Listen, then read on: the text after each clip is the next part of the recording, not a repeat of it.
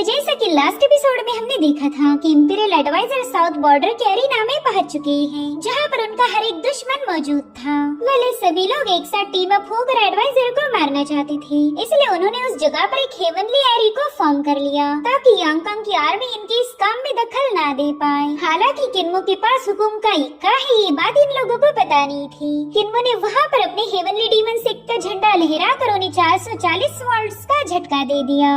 अब आगे तो इस एपिसोड की शुरुआत होती है सदर्न बॉर्डर के बैटल ग्राउंड के साथ, जहां पर सांशी फोर्ट की लेडी यांगकांग की आर्मी पर अटैक करने के लिए तैयार थी। वहीं पर हमें यांगकांग की आर्मी का नजारा भी दिखाया गया, जो कि पूरी तरह से इस जंग के लिए तैयार थी। वह यहाँ पर हम देख पाते हैं यांगकांग की गोल्डन वॉरियर्स की फौज। ये विशाल वॉरियर किसी को भी 1 सेकंड के अंदर चकनाचूर कर सकते हैं। साथ ही साथ वहाँ पर यांगकांग का एलिफेंट स्क्वाड भी मौजूद था। और फिर वहाँ पर धीरे धीरे करते हुए हेवनली डीमन सेक्ट के फ्लैग्स राइज होने लगे। गाइस, ये वही फैक्शन है जिसका किन्मो सेक्ट लीडर है। वेल, यहाँ पर एडवाइजर को खत्म करने के लिए उनके दुश्मनों ने एक बहुत ही खतरनाक एरी को फॉर्म कर लिया था, जिसके चलते एरिना में जो कुछ भी होगा वो यांगकांग की आर्मी कभी विटनेस नहीं कर पाएगी और न ही उन्हें पता चलेगा कि एडवाइजर पर अटैक हुआ है। मगर अब हेवनली डीमन सेक्ट ने इस एरिना को चारों ओर से घेर लिया था, यानी कि अब यांगकांग के पास एक नहीं बल्कि 2 फौज थी, जिसे देखते साथ ही जियाओनान तो काफी ज्यादा पैनिक हो गयी। दरअसल किन्मो का heavenly demon sect major factions में से एक था। साथ ही ये सेक्ट इतना ज्यादा खतरनाक है कि कोई भी इतनी आसानी से इनके साथ पंगे नहीं लेता। तो नेचुरली उन्होंने भी यांगकांग के खिलाफ चल रहे रेबेलियन को ज्वाइन करना चाहिए था, लेकिन हेवनली डीमन सेक्ट ने ऐसा नहीं किया, बल्कि वो तो यांगकांग के साथ खड़े हो गए और उन्हें अरीना में देखते साथ ही सभी रेबेलियंस की हिम्मत ने जवाब दे दिया। वो समझ गए थे कि अब इस सेक्ट के यहाँ पर होने से यांगकांग को हराना और भी ज्यादा मुश्किल हो जाएगा। सब यहाँ पर हेवनली डीमन सेक्ट अपना दबदबा कायम करते हुए टेलीपोर्टेशन का यूज करके वहाँ से डिसअपियर हो गया। वही दूसरी तरफ ड्यूक वेई ने हेवनली डीमन सेक्ट और अपनी यांगकांग की आर्मी को सांशी फोर्ट की आर्मी पर अटैक करने का हुक्म दिया। यांगकांग के गोल्डन वॉरियर्स ने फटाफट से वहाँ की दीवारों पर अटैक करते हुए वहाँ का घेरा तोड़ दिया था, जो देखते साथ ही सांशी फोर्ट की लेडी ने अपने इंसेक्ट की मदद से इन लोगों पर हमला कर दिया। हालांकि यांगकांग के स्पिरिचुअल कैनन के सामने सांशी फोर्ट पूरी तरह से कमजोर पड़ गया। इतना ही नहीं, इन लोगों ने अपनी फ्लाइंग सोर्ड्स की बारिश करते हुए सांशी फोर्ट के कई सारे वॉरियर्स का खात्मा कर दिया।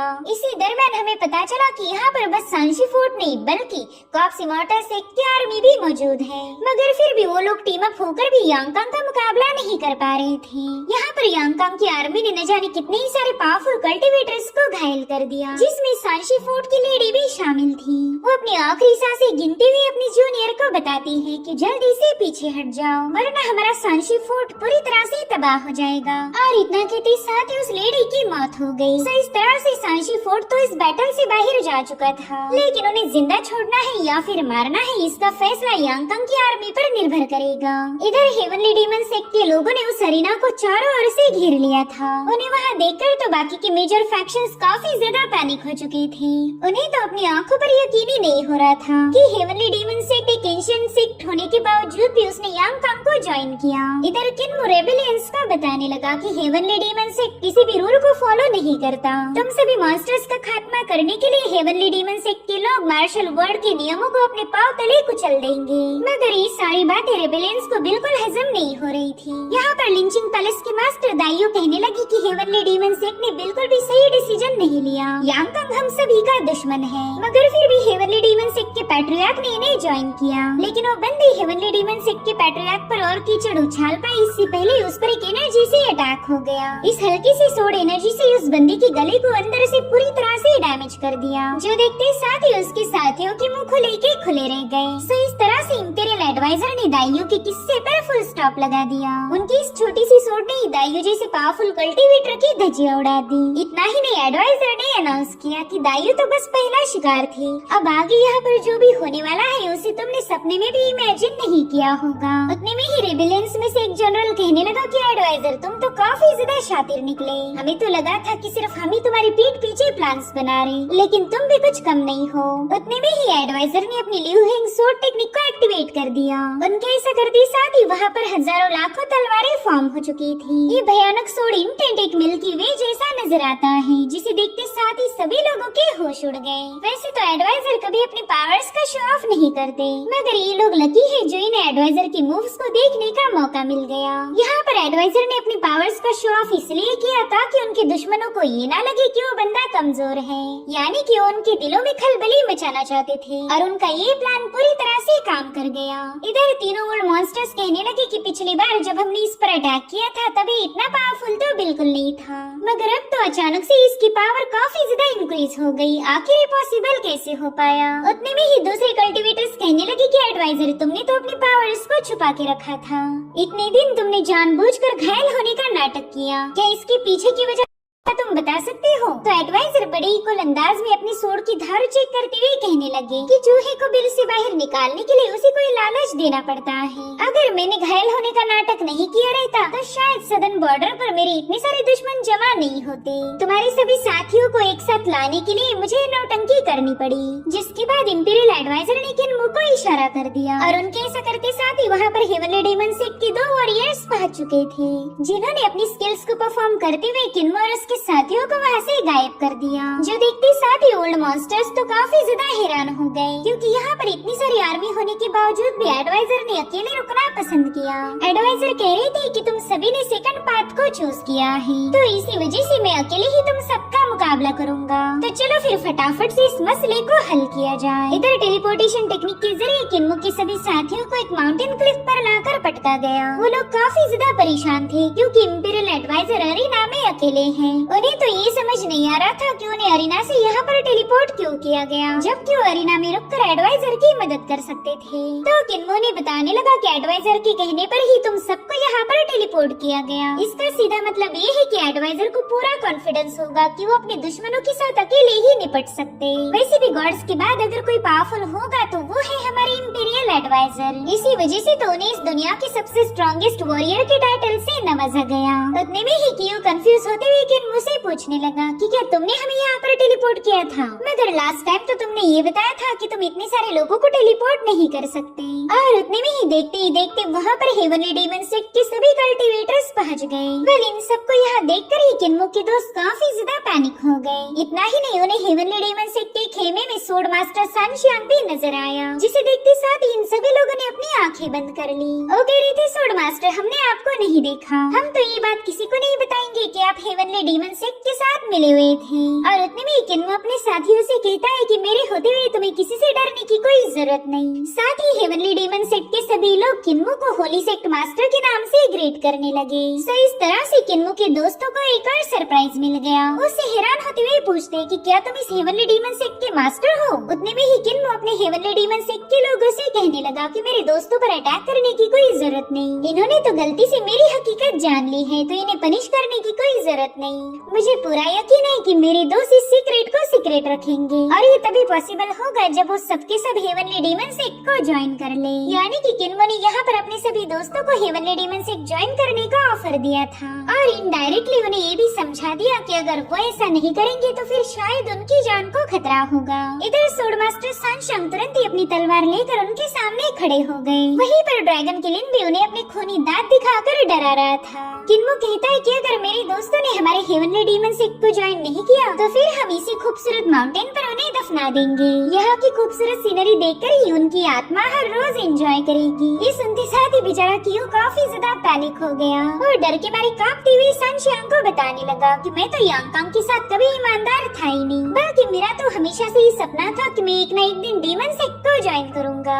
अरे ज्वाइन का क्या, मैं तो ऑलरेडी तुम्हारा डिसाइपल बन चुका हूँ। वही पर शिन कह रहा था कि किन्मो तो ऑलरेडी एडवाइजर की मदद कर रहा है, यानी कि हेवनली डेमन सेक्ट ने यांगकांग के आर्मी को सपोर्ट करने का फैसला लिया, इसीलिए डेमन सेक्ट को ज्वाइन करने में कोई हर्ज नहीं। वहीं पर शियू भी अपने गुलाम को लेकर हेवनली डेमन सेक्ट को ज्वाइन करने का फैसला कर चुकी, जिसके बाद वो यान शियांग से कहती कि समय रहते तुम भी हेवनली डेमन सेक्ट को ज्वाइन करो। अगर तुमने जरा भी डिले किया तो हो सकता है ये लोग तुम्हारा काम खत्म कर दे। जिस पर यान शियांग कहने लगी मेरे दोस्तों कुछ बातें ऐसी है जो मैंने अभी तक तुम्हारे साथ शेयर नहीं की थी। दरअसल मैं तो ऑलरेडी हेवनली डेमन सेक्ट की होली मेडन हूँ। ये सुनते साथ इन सभी लोगों के होश उड़ गए और अब सीन शिफ्ट होकर हमें इंपीरियल एडवाइजर दिखाए गए। वो अपने दुश्मनों से कहते हैं कि तुम सभी लोग चाहते थे कि मैं यहाँ पर आ जाऊँ, तो देखो मैं आ चुका हूँ। तुम लोग अपनी फोर्सेस ज्वाइन करके मुझे पूरी तरह से अकेला करना चाहते थे ताकि मुझे खत्म करने में तुम्हें कोई दिक्कत ना हो। तो देखो यहाँ पर मैं तुम्हारे सामने अकेला खड़ा हूँ, लेकिन हैरत तो इस बात की है कि तुमने अभी तक मुझ पर कोई हमला नहीं किया।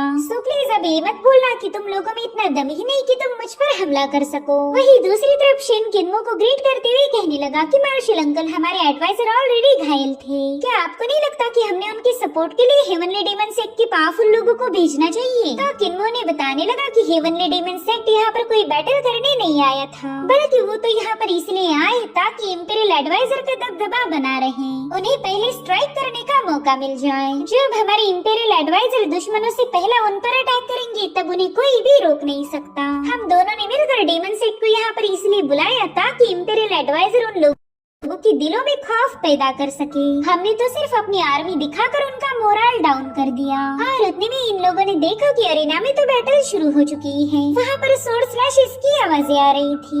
यहाँ पर किन्मो दिल ही दिल में कहने लगा कि मुझे पूरा यकीन है कि हेवनली डेमन सेक्ट को देखकर सारे रेबेलियंस दिल ही दिल में बौखला गए। अब उन्हें ये समझ नहीं आ रहा होगा कि यांगकांग के एडवाइजर से निपटा जाए या फिर डेमन सेक्ट से, मगर फिर भी मुझे कुछ भी करके इस बैटल पर नजर रखनी होगी ताकि इंपीरियल एडवाइजर की समय रहते मदद कर सकूं। आफ्टर ऑल वो पूरा अरीना ओल्ड मॉन्स्टर्स और पावरफुल कल्टीवेटर्स से भरा पड़ा है। सो अरीना के हालातों पर नजर रखने के लिए किन्मो ने अपनी हेवनली आईज को ओपन किया, मगर किन्मो ने नोटिस किया कि उसका विजन उस शील्ड को पियर्स नहीं कर पा रहा और उसे किसी भी कीमत पर इस ग्रेट बैटल को विटनेस करना था ताकि उसे इंपीरियल एडवाइजर की पावर्स का अंदाजा आ जाए। तो इसलिए किन्मो ने अपनी अज़ूर स्काई हेवनली आई को ओपन किया, जो कि उसकी सनशिंग हेवनली आईज का आखिरी लेवल है। यानी कि किन्मो ने यहाँ पर अपनी सबसे हायर लेवल के परसेप्चुअल विजन का यूज किया था ताकि वो इस ग्रेट बैटल को देख पाए। वहाँ पर हम हेवनली आई को ओपन होता हुआ देख पाते हैं, जिसके अंदर कुल मिलाकर 8 लेवल थी, मगर थोड़ी देर में वो आई शैटर हो गई क्योंकि किन्मो की कल्टीवेशन अभी तक उस लेवल पर नहीं पहुँची जहाँ पर जाके वो इस आई का इस्तेमाल कर सके। और उतने में किन्मो ने नोटिस किया कि वो तो अचानक से ही सब कुछ देख पा रहा है। वेल बैटल ग्राउंड में कल्टीवेटर अपने धर्मा फॉर्म का इस्तेमाल करते हुए एडवाइजर पर अटैक करने की कोशिश करता है, मगर एडवाइजर ने अपने फिंगर से इशारा करते ही उस बंदे को दूर पटक दिया। हालांकि वो अभी भी पीछे हटने के लिए तैयार नहीं था। वो अपने धर्मा फॉर्म का इस्तेमाल करते हुए एडवाइजर को क्रश करने की कोशिश करता है। तो इसी वजह से एडवाइजर ने भी अपनी कॉलिंग सोर्ड स्टाइल का इस्तेमाल करते हुए उसके धर्मा फॉर्म पर अटैक कर दिया, जिसके चलते बस एक ही सेकंड के अंदर वो धर्मा फॉर्म डिस्ट्रॉय होकर वो बंदा वहीं पर मारा जाता है। तब तक एक दूसरा कल्टीवेटर एडवाइजर पर अटैक करने पहुँच गया। वो वहाँ पर इवल ऑरा रिलीज करते हुए उन पर हमला करने की कोशिश करता है, मगर एडवाइजर ने बस अपने हाफ स्टेप के साथ ही वहाँ पर एक ऐसा प्रेशर क्रिएट किया जिससे वो बंदा वहीं पर मारा जाता है। इधर किन्मो काफी ज्यादा कंफ्यूज था। वो सोचता है कि मैं तो अज़ूर आई को एक्टिवेट ही नहीं कर पाया, तो फिर मैं इस बैटल को देख कैसे सकता हूँ? ये तो इम्पॉसिबल है। और उसी वक्त हमें आसमान में 2 डिमोनिक आईज नजर आई। किन्मो भी समझ गया कि कोई तो बंदा है जो मेरा इस्तेमाल करके इस बैटल पर नजर रख रहा। और फिर किन्मो को महसूस हुआ कि ये बंदा कोई और नहीं बल्कि ब्यूटी एंड डीमन गॉड है। यानी कि पिछली बार हुई बैटल में इस डीमन गॉड ने अपनी कॉन्शियसनेस का एक ट्रेस किन्मो की बॉडी में ऐड किया था। अब किन्मो चाहता था कि इसके बारे में अपने दोस्तों को बताया जाए, लेकिन इससे माहौल काफी ज्यादा खराब हो जाएगा, इसलिए किन्मो ने फिलहाल के लिए इस बात को सीक्रेट रखा। जिसके बाद हमें अरीना का नजारा दिखाया जाता है, जहाँ पर सभी कल्टीवेटर्स एडवाइजर पर हमला करने रवाना हो गए। तो एडवाइजर भी अपने मेन सोर्ड को उसकी मैन से बाहर पुल करते हुए अपना एक बहुत ही शानदार स्लैश रिलीज कर देते हैं। उस स्लैश की एनर्जी इतनी ज्यादा भयानक थी कि उसने अपनी ऑरा से इवेंट के फ्लो को भी काट दिया। और इधर वो बंदा जिसने एडवाइजर पर हमला किया था वो भी 2 हिस्सों में कट चुका। उतने में ही ओल्ड मॉन्स्टर टीम की पॉइजन लेडी एडवाइजर पर अपने इंसेक्ट रिलीज कर देती है। ये इंसेक्ट इतने ज्यादा भयानक थे कि कोई ऑर्डिनरी कल्टीवेटर इनकी ऑरा से ही मारा जाएगा। एडवाइजर उससे कहते हैं कि तुम्हारी insect controlling technique external object पर निर्भर करती है, तो चाहे तुम इसकी कितनी ही प्रैक्टिस क्यों न कर लो, ये हमेशा हालातों पर निर्भर रहेगी। और फिर एडवाइजर अपनी कॉइलिंग सोड एनर्जी का इस्तेमाल करते हुए वहाँ पर बहुत बड़ा फ्लो क्रिएट कर लेते हैं, जिसमें उस पॉइजन मास्टर के सारे क्रीचर्स डिस्ट्रॉय होकर वो घायल हो गई। तब तक दूसरा मास्टर उन पर हमला करने की कोशिश करता है, मगर एडवाइजर उसके हमले को बड़े कूल अंदाज में डॉज करते हुए कहने लगे कि तुम्हारी तलवारबाजी वाकई शानदार है, मगर ये भी सोड की बेसिक 14 सोड मूव्स पर ही निर्भर करती। भले ये मार्वलस होगी, मगर है तो ये पुरानी। और इतना कहते साथ ही उस बंदे की सोड को हवा में उछाल कर उस पर एक पाम अटैक हिट कर देते हैं। साथ ही साथ यहाँ पर एडवाइजर की सोड उस बंदे के सीने को छन्नी करने वहाँ पर पहुँच चुकी थी, जिसे वो बंदा अपनी तलवार से रोकने लगा, लेकिन इससे कोई फायदा नहीं होता, क्योंकि एडवाइजर की भयानक एनर्जी उस बंदे की लाख कोशिशों के बावजूद भी उसके सीने को आर पार कर चुकी थी। और अब एडवाइजर दोबारा से अपनी सोड को समन करते हुए वहाँ पर फ्लाई करने लगे। उनके रास्ते में जो भी नजर आया उसका बस सर्वनाश हुआ। उन्होंने अपनी सोड एनर्जी के तूफान में न जाने कितने ही कल्टीवेटर्स को मौत के घाट उतार दिया। एडवाइजर की इस तलवारबाजी की जितनी तारीफें की जाए वो कम थी। रेबेलियंस ने तो इमेजिन भी नहीं किया था कि एडवाइजर एक ही सेकंड में बाजी को पलट के रख देंगे। सो इस तरह से बस कुछ ही सेकंड्स के अंदर एडवाइजर ने छोटे मोटे कल्टीवेटर्स का काम तमाम कर दिया। मगर इस खेल के असली विलन तो अभी भी जिंदा है और उन्होंने एडवाइजर को चारों ओर से घेर लिया। इसी दरमियान कॉप्स इमॉर्टल सेक्ट के मास्टर ने अपनी कई सारे डीमंस को रिलीज कर दिया, जो कि एडवाइजर पर अटैक करने के लिए आगे बढ़ रहे थे। जो देखते साथ ही एडवाइजर की सोड काफी ज्यादा फ्लेक्सिबल होकर साइज में बड़ी हो चुकी थी और फिर वो एक रिबन जैसी जाकर उन सभी डीमन से लिपट कर उनका काम तमाम कर देती है। साथ ही एडवाइजर कॉप्स इमॉर्टल सेक्ट के लीडर के पास से गुजरते हुए कहने लगे कि तुमने हमेशा मासूमों की जान ली ताकि तुम अपनी एक डेड आर्मी को खड़ा कर पाओ और इसी वजह से तुम्हें मौत की सजा मिलती है। इतना कहते साथ ही उन्होंने सीधे उस बंदे के गले पर वार कर दिया। उनके एक ही स्ट्राइक में उस बंदे की गर्दन धड़ से अलग हो चुकी थी। उतने में ही 9 नेदर गेट सेक्ट का मास्टर अपने आर्टिफैक्ट को लेकर एडवाइजर पर अटैक करने पहुंच गया, मगर एडवाइजर ने फटाफट से अपनी सोर्ड से एक शील्ड फॉर्म करते हुए उस बंदे के अटैक को काउंटर करना शुरू कर दिया। उससे कहते हैं कि तुमने ब्लैक मैजिक का इस्तेमाल करते हुए हमारे यांगकांग के कई सारे स्टूडेंट्स की जान ले ली, इसलिए अब तुझे भी मरना होगा। और इतना कहते साथ ही एडवाइजर ने सीधे जाकर उस बंदे के अंदर अपनी सोर्ड पियर्स कर दी, जिससे वो तो हवा में ही एक्सप्लोड हो गया था। बल यहाँ पर एडवाइजर का ये भयानक फॉर्म देखते साथ ही सभी मास्टर्स ने एक साथ मिलकर उन पर हमले कर दिए, क्योंकि वो जानते थे कि अकेले तो इस बंदे को हैंडल करना मुश्किल हो जाएगा। लेकिन एडवाइजर ने अपनी हजारों सोड रिलीज करते हुए उनकी इस साजिश को नाकाम कर दिया। मगर उतने में एक कल्टीवेटर ने अपनी इवल एनर्जी का इस्तेमाल करते हुए यांगकांग के एडवाइजर को उसमें ट्रैप कर लिया और इसी मौके का फायदा उठाने के लिए यांगकांग का पुराना जनरल उन पर हमला करने पहुंच जाता है। हालांकि उसकी सोड अटैक को तो यांगकांग के एडवाइजर ने अपनी फिंगर से ही होल्ड कर लिया। अब वो उसकी सोड को ब्रेक करते हुए कहने लगे कि एक जमाने में तुम लोगों की भलाई के लिए बातें करते थे और सच बताओ तो मैं तुमसे काफी ज्यादा इम्प्रेस था, मगर मुझे लगा ही नहीं कि तुम मुझे धोखा दोगे। तुम इतने ज्यादा जिद्दी हो कि तुमने बदलाव को एक्सेप्ट करने से मना किया और इसी वजह से मुझे तुम्हें मारना पड़ेगा। और इतना कहते साथ ही एडवाइजर ने अपनी सोड एनर्जी का इस्तेमाल करते हुए इस बंदे का काम भी तमाम कर दिया। उस बंदे की ऐसी हालत देखकर तो धर्मा किंग एडवाइजर पर काफी ज्यादा गुस्सा हो जाता है। उसने अपनी डिमोनिक एनर्जी का इस्तेमाल करते हुए एडवाइजर पर कई सारे अटैक कर दिए, जिन्हें एडवाइजर बड़े आराम के साथ डॉज कर लेते हैं। एडवाइजर उससे कहते हैं कि धर्मा किंग तुम एक पुराने ख्यालों वाले बंदे हो, इसलिए अब मैं तुम्हें भी इतिहास के पन्नों में दफन कर दूंगा। और इतना कहते साथ ही उन्होंने अपने मल्टीपल सोर्ड्स को फॉर्म कर लिया, जिनके आपस में मर्ज होते साथ ही वहाँ पर एक गोल्डन कलर की हेवी सोर्ड तैयार हो गई। सो यहाँ पर अपनी जायंट सोर्ड का इस्तेमाल करते हुए एडवाइजर ने धर्मा किंग पर अटैक कर दिया। वो बताते हैं कि मैं पुराने ख्यालात वाले लोगों को जरा भी पसंद नहीं करता। हम इंसानों ने हमेशा ही समय के साथ खुद को बदलना चाहिए। तो अब इस दुनिया में शांति कायम करने के लिए तुम्हारे जैसे लोगों को मरना पड़ेगा। और अब यहाँ पर एडवाइजर की गोल्डन सोर्ड ने एक ही साथ उस बंदे पर न जाने कितने ही सारे हमले कर दिए, जिसके चलते उस बंदे का तो वहाँ पर चूरा बन गया था। और वाकई एडवाइजर का ये हमला इतना ज्यादा डोमिनेटिंग था कि उसकी एनर्जी शील्ड को ब्रेक करते हुए बाहर निकलने लगी। उस स्पिरिचुअल ऑरा ने तो पत्थरों को भी काट दिया था और इसी से हम एडवाइजर की उस मूव की ताकत का अंदाजा लगा सकते हैं। और अब हमें एक बार फिर से अरीना में किलिंग स्प्री दिखाई गई। यहाँ पर एडवाइजर अपने दुश्मनों का काल बनकर उन्हें भगा भगा कर मार रहे थे। उन्होंने उस अरीना में जितने भी टावर्स मौजूद थे उस सब का चप्पा चप्पा छान मारा। आज तो उन्होंने फैसला कर लिया था कि वो अपने दुश्मनों इंसानों में से किसी को भी जिंदा नहीं छोड़ने वाले, ताकि आगे चलकर यांगकांग कभी भी ऐसी किसी रेबेलियन को विटनेस ना कर पाए। यहाँ पर यांगकांग के दुश्मन कीड़े मकोड़े जैसे मारे जा रहे थे। यही वजह थी कि कल्टीवेशन की दुनिया में लॉ ऑफ जंगल लागू होता है। जो स्ट्रॉन्ग है वो सरवाइव करेगा और जो कमजोर है वो स्ट्रॉन्ग के हाथों मारा जाएगा। यहाँ पर एडवाइजर ने इन लोगों को इस तरह से अपनी सोड में धसाया मानो कि वो वहाँ पर मोतियों का हार बना रहे। उनकी इस भयानक स्किल को देखते साथ ही किन्मो की तो मानो होश ही उड़ गए। वो सोचता है कि हमारे ग्रैंडपा चीफ की सोड टेक्निक एक सोड मैप का यूज करके परफॉर्म करती थी, जो कि वहाँ मौजूद माउंटेन्स और रिवर्स को भी काट दे। मगर एडवाइजर की सोड टेक्निक बिल्कुल भी डिफिकल्ट नहीं। उन्होंने अपनी सोड इंटेंट को एक्सट्रीम लेवल पर रिफाइन करना सीख लिया है। इधर दो धर्माफॉर्म एडवाइजर पर अटैक करने पहुंच गए थे, लेकिन एडवाइजर ने तो ऑलरेडी वहाँ पर हजारों लाखों सोड्स बना ली हैं, जिन्हें देखते साथ ही उन धर्माफॉर्म्स की तो फटकर हाथ में आ गई। और फिर वहीं पर इन गोल्डन सोड्स का एक ऐसा तूफान खड़ा हुआ जिसने उन दोनों धर्माफॉर्म्स पर एक साथ ही हजारों लाखों स्ट्राइक्स रिलीज कर दी। इस नजारे को देखकर मास्टर सैनशिन कहने लगे कि आज मुझे पता चला कि सोड को किस तरह से यूज करना चाहिए। और फिर उन्होंने अपनी सोड को बस एक पेड़ की तरफ पॉइंट करते ही उसे काट दिया।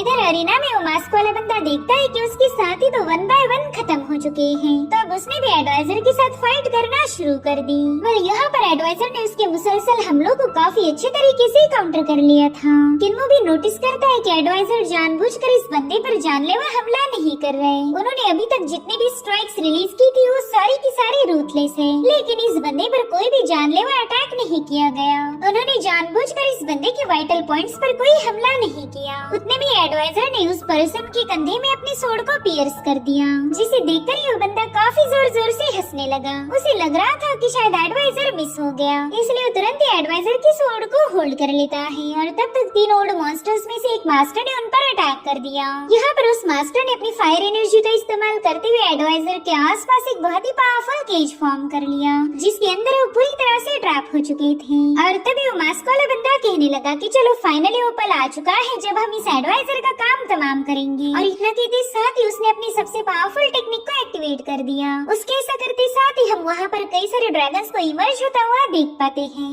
देखते ही देखते उन महाशक्तिशाली ड्रैगन्स ने एडवाइजर को चारों ओर से घेर लिया था। एक तरफ से ये ड्रैगन अपने फायरबॉल के साथ एडवाइजर पर हमला करने के लिए तैनात थे, और वहीं दूसरी तरफ 3 ओल्ड मॉन्स्टर्स भी उन पर हमला करने के लिए रवाना हो गए। और अब वहाँ पर एक फाइनल हमला हुआ जो कि काफी ज्यादा भयानक था। चारों ओर से इंपीरियल एडवाइजर पर बहुत ही भयानक हमले किए जा रहे थे, जिससे तो पूरा इलाका ही शेक होने लगा। और अब इन ड्रैगन को देखते साथ ही किन्मो को याद आया कि ये तो एक 9 ड्रैगन एम्परर टेक्निक है, जो कि सिर्फ रॉयल फैमिली ही यूज करती थी। यांगकांग के सेकंड प्रिंस ने भी एक बार इस टेक्निक का यूज किया था। वो दिल ही दिल में कहने लगा कि बस रॉयल फैमिली के पास ही ट्रू ड्रैगन की ब्लड लाइन है, तो ये मास्क वाला बंदा कोई और नहीं बल्कि यांगकांग की रॉयल फैमिली का ही मेंबर होगा। शायद इसी वजह से इंपीरियल एडवाइजर ने इस पर काफी क्लोज अटैक नहीं किया। वो जानना चाहते हैं कि आखिर रॉयल फैमिली का कौन वो गद्दार है जिसने उन्हें धोखा दिया। साथ ही साथ किन्मो को अब इंपीरियल एडवाइजर की सारी प्लानिंग समझ आ चुकी थी। दरअसल वो अच्छे से जानते थे कि रॉयल फैमिली का कोई मेंबर उन्हें धोखा दे रहा है, इसीलिए उन्होंने जानबूझकर घायल होने का नाटक किया, ताकि ये बंदा अपने रेबल साथियों को लेकर उनका मुकाबला करने के लिए पहुंच जाए। सिर्फ यही एक रास्ता था इस बंदे की पहचान को जानने का। उतने में ही इंपीरियल एडवाइजर ने अपनी बड़ी शानदार सोड को वहाँ पर समन कर लिया, तो बंदा भी उनकी इस अटैक को काउंटर करने के लिए अपनी ड्रैगन बेल को फॉर्म कर लेता है। मगर वो ड्रैगन बेल इंपीरियल एडवाइजर के अटैक को रोक नहीं पाती। यहाँ पर एडवाइजर की सोड सीधे उस बंदे के मास्क पर हिट होने वाली थी, जिसके चलते उसकी पहचान सामने आ जाएगी। मगर उसी वक्त वहाँ पर एक शील्ड फॉर्म हो गई, तो एडवाइजर ने भी अमेज होकर देखा कि वहाँ पर एक बहुत ही विशाल बुद्धा का स्टैचू पहुँच चुका है। इनफैक्ट सभी लोग उस जायंट स्टैचू को देखकर हैरान हो गए। उस बुद्धा स्टैचू पर पूरी की पूरी आर्मी तैनात थी। यहाँ पर एडवाइजर भी कंफ्यूज थे कि यहाँ पर अभी एंट्री किसकी हुई है। और इसी के साथ एपिसोड यहीं पर एंड हो जाता है। Thank you so much for watching. Bye bye, take care.